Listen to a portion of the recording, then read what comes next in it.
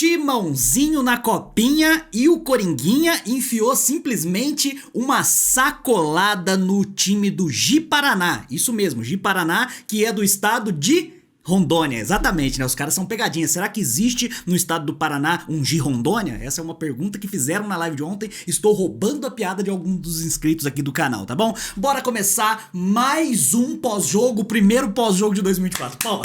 Palmas pra Jesus, porque realmente estão começando 2024 aí, né, cara? Bora trocar uma ideia. E aí eu já confesso pra vocês, lembrando que a gente tá fazendo esse pós-jogo aqui, é um pós-joguinho da copinha, tá bom? Do Timãozinho aí que tá no grupo 10 aí da Copa São Paulo de Futebol Júnior. Corinthians, que é o time que mais venceu a Copa São Paulo na história aí, né? Com 10 títulos e agora tá buscando o 11º, ainda com praticamente não, né? Ainda composto da gestão do Willian Monteiro Alves, né? Porque nenhum dedo o Augusto Melo vai ter ali no time do Corinthians, necessariamente, porque o técnico ainda é o Danilo, o time foi montado pela gestão anterior, então coisas positivas ele não poderá colher os louros disso, e coisas negativas ele também não vai poder ser criticado por isso aí, porque é como se fosse o último ato antes do fechar das cortinas do Willian Monteiro Alves, tá bom?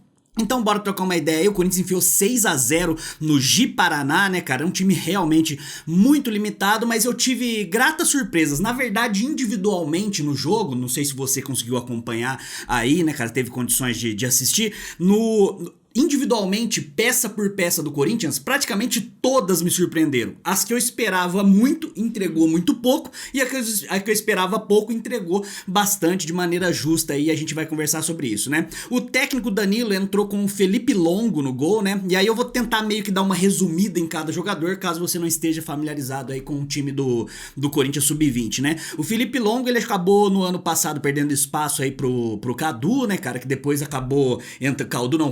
Cauê, que acabou depois treinando bastante no time profissional e tal, e foi muito questionado aí por todo mundo que acaba acompanhando a categoria de base do Corinthians, né? Mas aí ele ganhou novamente a titularidade, é muito questionado. Nesse jogo contra o Ji-Paraná, obviamente ele não foi muito exigido, tá bom?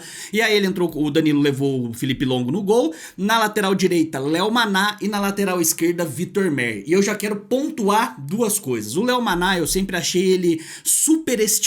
Isso não quer dizer que eu ache que ele é ruim, isso eu sempre deixei muito claro aqui no canal. Eu acho que ele é um bom jogador, ponto. Só que ele recebe um hype desde quando ele estava no Sub-1 do Corinthians, que é um hype desproporcional perto de outros atletas que tinham tanto ou mais potencial do que ele. Então esse pra mim sempre foi a ressalva ali. Neste jogo, especificamente contra o Ji-Paraná, o Léo Maná foi muito bem.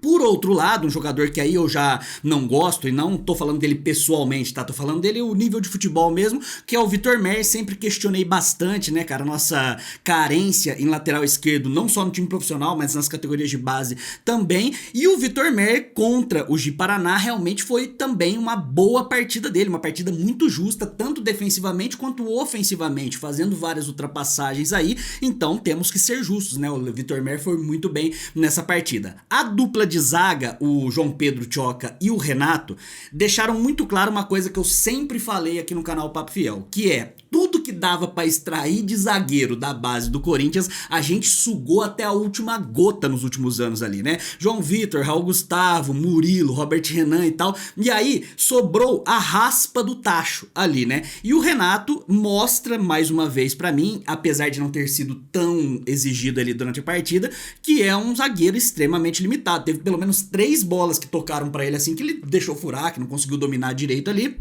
E o Tchoca não foi tão exigido assim na partida, como quase ninguém ali, mas não teve grandes ressalvas. Mas eu também acho que neste momento eles não têm nível pra poder jogar no time profissional do Corinthians, e eu sempre espero estar enganado, tá? Porque o Corinthians precisa aproveitar o máximo possível ali e que os moleques da base rendam. E da mesma forma que tem moleque que se destaca muito na base, chega no profissional não consegue andar, tem caras que também podem não se destacar nas categorias de base, subir pro profissional e ir bem, né? Então essa foi a linha de defesa, né? Léo Maná, o Tchoca, né? O Tchoca, o Renato e o Vitor Mer na linha de defesa. Aí o Danilo surpreende um pouco, né, cara? Porque ele deixa o Tomás, o Tomás Lisboa e o Tomás Agustín, que é o argentino, né, que são dois volantes que conseguem fazer uma primeira marcação ali e tal. O Tomás Lisboa um pouquinho menos, mas principalmente um volante de contenção. Ele deixa no banco e coloca o Rian como primeiro volante. Rian, que eu esperava mais dele durante a partida, já já a gente vai falar pontualmente, e ele acabou entregando menos ali, né? E o Danilo joga num 4-2-3-1, não sei se você conseguiu perceber isso durante a partida, jogando com o Rian de primeiro volante, alternando com quem? Com o meia de criação. Quem fez essa grande burrice no time do Corinthians há pouco tempo foi o Silvinho, colocando o Renato Augusto quase como primeiro volante ali, né? O Danilo colocou o Breno Bidon ao lado do Rian, e aí você perde muito, né, da característica principal que eu acho que o Breno Bidon pode render aí, que é a parte de criação mais próxima da área e tal. Ele acabou ficando muito recuado, pegava a bola, tocava de lado, então pouco foi visto ali dentro de campo o Breno Bidon, que eu falei, repito, vou continuar falando aqui porque eu sei do potencial que tem esse moleque aí. Ele é muito diferente, mas precisa ser colocado na sua posição ali e também precisa jogar com um pouquinho mais de sangue no olho nisso aí, né? Aí tivemos não diria uma grata surpresa, porque eu falo bem desse moleque, só que eu acho que ele é muito magrinho, muito fraquinho pra poder subir pro time profissional. Se alguém pegar ele, um zagueirão cachimbão, dolaria, catar ele, der um carrinho, quebra ele no meio, que é o Pedrinho, camisa 10 do Corinthians. Já é, se eu não me engano, a terceira copinha dele. Muito bom de bola esse moleque, mas é como eu falo, né? Ele vai ter que se sobressair muito na parte técnica pra poder subir pro time profissional e conseguir se destacar. Porque uma coisa é o cara tá jogando ali no meio da molecada, 18 anos, 17 anos, na hora que pega, como eu falei, nesse zagueirão cachimbão com passagem em Oeste e Volta Redonda no Rio de Janeiro com 40 anos, o cara quebra ele no meio ali, né? E o time do Corinthians todo é muito mirradinho, assim, são poucos jogadores, assim, que realmente tem um porte físico muito forte, assim, né, cara? Então se você vê que até o Ji-Paraná, que era um time totalmente formado ali de Porto Velho de Rondônia, né? Ele foi um time que era um time mais forte, era um time maior, né, cara? Então o Corinthians vem de administrações ali que acabam pecando nesse ponto de vista aí, né? E aí ele jogou, né, no 4-2, o 3 foi formado centralizado, caindo um pouquinho mais pela direita, mais centralizado, o Pedrinho, camisa 10, do lado esquerdo, o Kaique. E o Kaique simplesmente deve me odiar. Na verdade ele gosta da gente porque ele segue o canal Papo Fiel. Mas quando eu elogiei ele muito antes da copinha do ano passado, falei, pode esperar que esse moleque pode render, esse moleque é bom de bola, esse moleque finaliza bem, ele pode ir pra linha de fundo, pode cortar pra dentro. Na copinha do ano passado, esse maluco não jogou nada. Ele não jogou nada, não conseguiu encostar o pé na bola, né? Aí nessa copinha, o que eu fiz? O meu discurso foi contrário. Porque eu falei, cara, eu realmente já não tenho tantas esperanças aí no Kaique. Aí o que o Kaique faz? Vira o Cristiano Ronaldo. Do nada contra o Ji-Paraná, né? Então o Kaique jogando pro lado esquerdo e no lado direito o Igor, né? Então como o Danilo abriu mão de jogar com o primeiro volante de contenção, ele colocou o Igor mais aberto ali pra poder dar velocidade. Igor que tá fazendo a sua última copinha, né, cara? Tá já esgotando ali, depois vai ter que ou subir profissional ou ser emprestado ali, né? Ele tá no tudo ou nada. Fez um gol ontem, não fez uma partida ruim, não. E centralizado, pra mim, o cara mais azarado da história da categoria de base do Corinthians, que é o Arthur Souza. Gosto, né, muito dele ali. Foi artilheiro em 2022, e depois ele acabou perdendo espaço pro Felipe Augusto. Ele ganhou o espaço do Felipe Augusto, depois ele perdeu o espaço pro Felipe Augusto, aí agora ele tem mais uma oportunidade, sem ter uma grande sombra do lado dele na copinha, e aí num lance meio tosco com o goleiro lá, ele machuca, aí depois ele tenta continuar jogando, mas aí no começo do segundo tempo ele já pede substituição. Não sei como que tá a parte médica aí do Arthur Souza, mas se realmente der ruim pra ele nessa copinha aí esquece o Arthur Souza também. Né? E aí tivemos as substituições, não sei se eu vou lembrar de todas não, mas entrou o Tomás Lisboa no segundo tempo, entrou o Bahia, e é impressionante como todos os caras que eu falei que eram promissores, que poderiam render aqui, que vem elogiando no canal, ontem fizeram partidas ou apagada ou não jogaram nada, né, cara? Mesmo num placar de 6-0, mesmo contra o frágil Ji-Paraná, né? A propósito, 6-0, que eu vou colocar um cortezinho aqui, que eu realmente previ esse placar aqui. Olha o que eu falei na live de pré-jogo da copinha. Isaac, salve a Dalba, hoje a gente ganha 4-1 pra gente. Espero que você esteja certo. Cara, 4-1, eu ainda acho que você tá sendo suave ainda. Eu vou meter aqui, ó, meu placar, primeira dama. Pra começar bem o ano, vamos começar bem o ano? Vamos começar bem o ano? 6-0 Coringão. Bateu pro gol, tem desvio na barreira! Gol! 6-0 Coringão. Vem Pedrinho, ele bate pro gol! 6x0 Coringão hoje, hein? Subiu o Matheus, a sobra é do Igor. 6x0 pro Timãozinho hoje. E vem de novo o Corinthians. Vem os filhos do Terrão, vem com gol! 6x0 Coringão. Escolheu o Maná, vem cruzamento rasteiro, segundo pau. Gol! 6x0 Coringão. Vem Léo Maná, paradinha, pé direito. Gol!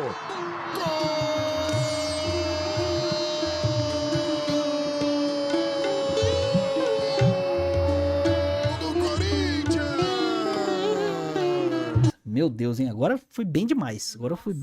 Pois bem, acertei o placar aí, 6x0. Não é qualquer placar, porque você chutar 1x0, 2x0, 2x1 é fácil acertar toda hora. Agora, um 6x0 cravadinho desse jeito aí, o pai é brabo mesmo nos palpites, né? E aí, deixa eu só fazer a colinha aqui na minha folha, só pra lembrar todo mundo que entrou, né? Então, entrou o Bahia, que pra mim entrou bem modesto ali, bem apagado ali. O Thomas Lisboa, que conseguiu tomar cartão amarelo, deu 2 chegadas no rapaz lá. O Jonathan, que eu não conhecia e continuo não conhecendo, né? Porque praticamente não vi ele em campo. Caipira, outro cara que eu gosto bastante, acho interessante, mas pra mim o Caipira não tem como jogar ali como ponta ali, tá? Ele conseguiu se destacar na copinha passada jogando como lateral, aí os caras acharam deficiência defensiva nele. Pô, se ele tem deficiência defensiva, o Léo Maná também tem, pô. E ele consegue jogar, inclusive, como lateral esquerdo, no lugar do Vitor Mer. Então, pra mim, é um desperdício ali colocar o Caipira mais adiantado. Não fez uma boa partida, teve uma caneta que ele deu e sofreu a falta, mas foi só também do Caipira. E o Beto, né, centroavante, também entrou, o pouco vi dentro de campo, mas pra mim a grande surpresa e o que mais chegou perto de fazer uma boa partida foi o Guilherme Henrique, né, o GH,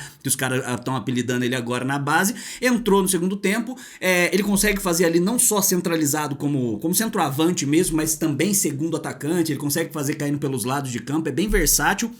É novo, né? Tem 17 anos, ou seja, tem 300 copinhas ainda adiante ali. Entrou bem, carregando a bola, até sendo um pouquinho fominha, o que é normal. Até prefiro que o cara seja fominha num jogo desse, assim, que ele carregue mais a bola. Sofreu falta e tal, mas ainda assim apagado. Talvez por ser estreia, né, cara? A copinha é a competição de base mais importante do mundo aí, né? Então eles consideram como Copa do Mundo mesmo e com razão. Do jogo em si, o Corinthians dominou do começo ao fim praticamente. Teve uma leve melhora no começo do segundo tempo do Ji-Paraná. O Ji-Paraná até chegou a sofrer falta perto da área. Teve o principal lance do Ji-Paraná foi uma falta no primeiro minuto do segundo tempo, que bateu pra fora, então o Felipe Longo nem foi exigido no jogo. O Corinthians teve chance de fazer muitos gols além dos 6, né, cara? Teve uma finalização do Arthur Souza meio que de dedão, assim, de fora da área. Teve uma cabeçada, eu acho que do Pedrinho, né, que foi na mão do goleiro, que o goleiro dos caras é horrível também, né? Impressionante quanto o goleiro dos caras é frangueiro aí, com todo respeito ao moleque aí, mas realmente brabo, né? O que chutava, entrava. Só se fosse em cima dele mesmo, que só voltava a bola desviar dele, assim, como se fosse aqueles imã, quando se aproxima um imã perto do outro, assim.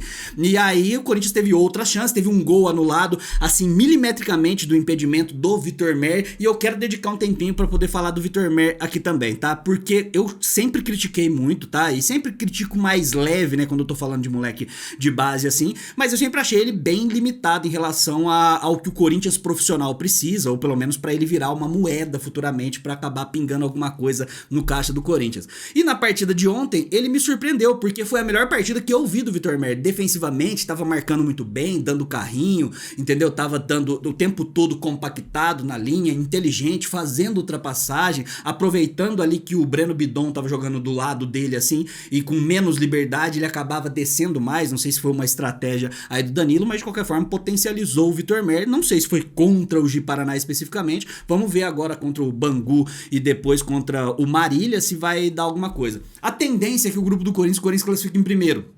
Tá? O melhor time do grupo, no meu ponto de vista, é o Bangu, entendeu? Que inclusive ganhou de 3x0 do Marília. É um time que tem uma base um pouquinho mais estruturada, mas nada que fuja da casinha, não. O time do Bangu, o ponto forte do Bangu é que tem jogadores muito fortes, muito altos, isso aí pode sobressair em cima do Corinthians. Agora o Marília não vai ter nenhuma dificuldade, a tendência é que o Corinthians classifique em primeiro lugar do grupo, e aí a partir daí começa a enfrentar equipes mais fortes, e aí sim a gente vai fazer um teste. Muitas pessoas estão perguntando aí, pô, você acha que o Corinthians vai ser campeão? Sendo realista, você sabe que eu não vou tentar vender nenhum tipo de ilusão aqui, eu acho que não. O Corinthians teria time pra no máximo ali umas oitavas de final, umas quartas de final, e olhe lá, forçando muito a barra, porque de fato muitos jogadores saíram aí, né, cara? Muitos jogadores que estão com idade pra poder jogar a Copinha já estão no time profissional ou já foram vendidos de alguma forma, né? O próprio Pedro, que foi pro Zenit agora, o Wesley, que tá na base ainda, Guilherme Bira, enfim, tem vários jogadores ali que poderiam ser. O Moscardo, pô, o Moscardo tá simplesmente no Paris Saint-Germain, imagina ele tá jogando a Copinha ali. Então, as nossas principais forças não estão mais ali, o que é um ponto positivo, mas que pra competição em si não vai ser suficiente essa equipe que a gente tem, eu acredito. Espero ser surpreendido aí, como eu fui surpreendido ontem, mas espero também que o Breno Bidon comece a aparecer, né, cara? Porque, porra, durante tanto tempo eu fiquei elogiando o Guilherme Biro aqui várias vezes. Aí ele sobe profissional, não consegue andar. Aí os caras estão achando que eu realmente não entendo porra, talvez eu não entenda mesmo de base. Mas o cara não conseguir se destacar a esse ponto, né? Deixa eu dar as notas aqui, que é uma coisa interessante. Quanto tempo você tá dando, primeiro dano? Tava com saudade dessa pergunta? Quanto tempo você tá dando aí? Tá? Então, beleza. Vamos lá. Tivemos 3 notas 10. Não poderia ser diferente, porque depois de um 6-0, né? Eu esperava que todo mundo fizesse 10, né? Mas 3 notas 10 aí. Vou já adiantar as notas 10. Léo Maná, Pedrinho e o Kaique, né? São as 3 notas 10. Mas vamos por parte aqui. Felipe Longo, nota 5. Pouco foi exigido e tal. Deixei uma nota mediana ali, né? Todo mundo começa com 5 no meu ponto de vista. E aí vai perdendo ou vai aumentando conforme a partida vai passando. O Léo Maná fez 2 gols, né? Um gol de falta mandrake, né? Porque bateu no peito do cara da barreira, deu uma desligada, matou o goleiro, que já era ruim, né? Imagina, o goleiro era ruim já. Talvez se a bola fosse normal, o goleiro já tomava, ainda desviou, matou o goleiro lá. Fez um gol. O gol ajudou completamente na tranquilidade do time, porque foi logo no primeiro lance do jogo, né, que o Arthur Souza sofreu a falta, aí o Léo Maná bateu ali e fez o gol, né, cara. Léo Maná deu 2 assistências, ultrapassando bastante, como eu falei, né, uma partida incrível aí do Léo Maná, não à toa, tá essa nota 10 aí, depois ainda finalizou com um gol de pênalti, fez 2 gols de bola parada, um pênalti que se o goleiro se fosse um goleiro que realmente lê o jogador ali, seria mais fácil do goleiro pegar, porque ele foi muito devagarzinho, não bateu muito no canto, bateu meio no meio do gol assim, né, cara? Tem que bater melhor pênalti aí, porque se é um jogo mais importante aí pode dar ruim, tá? Mas de qualquer forma, nota 10 aí pro Léo Maná, que além das duas assistências fez 2 gols. Mas não foi o melhor da partida, porque tem 3-10, né? Eu vou escolher um só, não vou ficar em cima do muro não. Choca, nota 6, né? O zagueiro. Achei que teve uma cabeçada que ele tentou ali perto da marca do pênalti, que passou perto do gol, mas foi muito pouco e também foi pouco exigido. Tô dando nota 6 porque eu sou bonzinho aqui. E o Renato, eu tô dando nota 2,5, porque o Renato, ele, embora foi aquele zagueiro cachimbão, né, que pegava a bola e chutava pra onde vinha, né, teve 3 bolas que mandou pra ele, que recuaram pra ele, que ele não conseguia dominar a bola. Uma coisa muito básica pra você já estar numa categoria que é a último degrau antes do profissional, e você ter esses erros básicos. Contra o Ji-Paraná, beleza, passa despercebido aí, né? Acabou não tendo grandes preocupações. Agora, contra um time mais qualificado ali, aí é estouro, né, papai? Aí não tem jeito. Aí o Renato, então, nota 2,5. Vitor Mer, nota 7. Uma boa partida justa do Vitor Mer, já falei bastante aqui. Rian, pra mim, foi o pior jogador da partida. E me dói falar isso aí, porque o Rian é um dos caras que eu gosto ali da base, né? Inclusive já veio aqui no canal, mas temos que ser justos, né, cara? Então, pra mim, o Rian foi o pior jogador da partida. Teve uma finalização, ele finalizou de direita. Porra, mas beleza, se a direita dele for desse jeito aí, realmente é triste, né? Então, ele finalizou quase fora do estádio lá de Marília, errando alguns passes bestas no começo assim, mal colocado em alguns momentos, um pouco apavorado também, então não gostei da partida do Rian, pra mim o pior jogador da partida. Nota 1,5, tá? Eu falei 2,5, mas é 1,5, tá? Eu anotei aqui, esquisito, tá? Porque eu tô tentando entender meus garranchos. Nota 1,5 pro Rian. O Bahia, nota 3, também me dói, porque o Bahia é um que eu espero bastante, mas ele é novo ainda, que assim, é foda você ficar exigindo tanta coisa assim também, mas o Bahia é bom jogador, mas não fez uma boa partida, nota 3. Breno Bidon, eu tô dando nota 3,5. Esse 3,5 pode ser muito porque eu gosto dele, mas também porque eu vi ele na parte de recomposição defensiva, até pela posição que o Danilo colocou ele, né? Ele tinha que entregar alguma coisa na recomposição defensiva, né? Então ele tava marcando, teve algumas roubadas de bola interessantes e tal.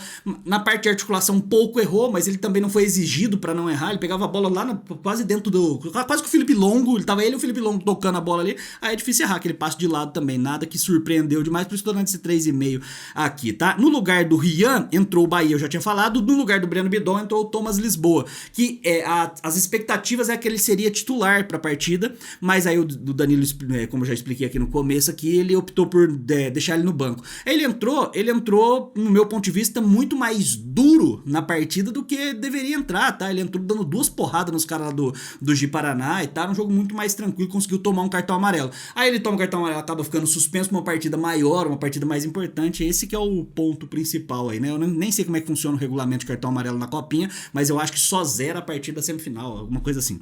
Pedrinho, nota 10 também, porra, não dá pra não dar 10 pro Pedrinho, que fez 2 gols, né?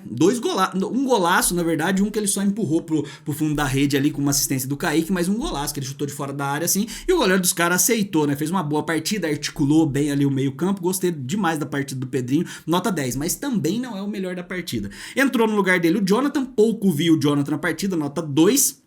E o Kaique, sim, pra mim o melhor jogador da partida, 2 gols e 2 assistências, né? Fez 2 gols interessantes, na verdade 1 gol e uma assistência, né? 1 gol e 2 assistências. 1 gol e 2 assistências ali, foi muito acima da média também aí o Kaique, foi bem demais, tá? Guilherme Henrique, eu tô dando uma nota 6,5, entrou, sofreu o pênalti que o Léo Maná acabou batendo lá no final da partida, tô dando uma nota 6,5, de todos os que eu esperava alguma coisa, ele foi o que entregou um pouquinho melhor, né? O Igor, nota 8, fez uma partida justa, fez um gol bem bonito, inclusive, que ele domina no peito e bate de direita assim, uma bola que essa assim não tinha muito o que o goleiro fazer.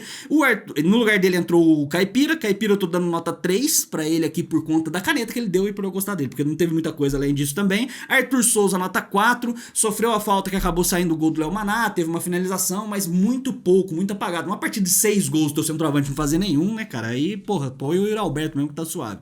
E o Beto, que pouco vi também na partida, deixei com a mesma nota do Rian, só que como o Beto entrou no segundo tempo, eu tô colocando o peso da nota baixa maior pro Rian, né? Beto nota 1,5, tá bom? Então é isso aí que temos, nosso primeiro pós-jogo aqui do canal Papo Fiel, beleza? Comente aqui embaixo o que você achou da partida. Ai, não assisti a partida. Eu sempre falo pra vocês, é muito importante assistir a copinha pelo menos, tá? Porque você não vai querer cornetar os moleques depois que subir pro time profissional, falar que é braga, falar que não serve pra nada, falar que... Você não vai querer fazer isso aí? Então fale com um pouquinho mais de propriedade. O ideal é você acompanhar o Sub-20, assistir Campeonato Brasileiro Sub-20, pra aí sim você saber o que esperar dos moleques ali, né? Pelo menos a copinha, então, acompanhe. É gostoso, eu fico animado com copinha, eu sou louco da cabeça, entendeu? Então, comente aí embaixo o que você achou do jogo.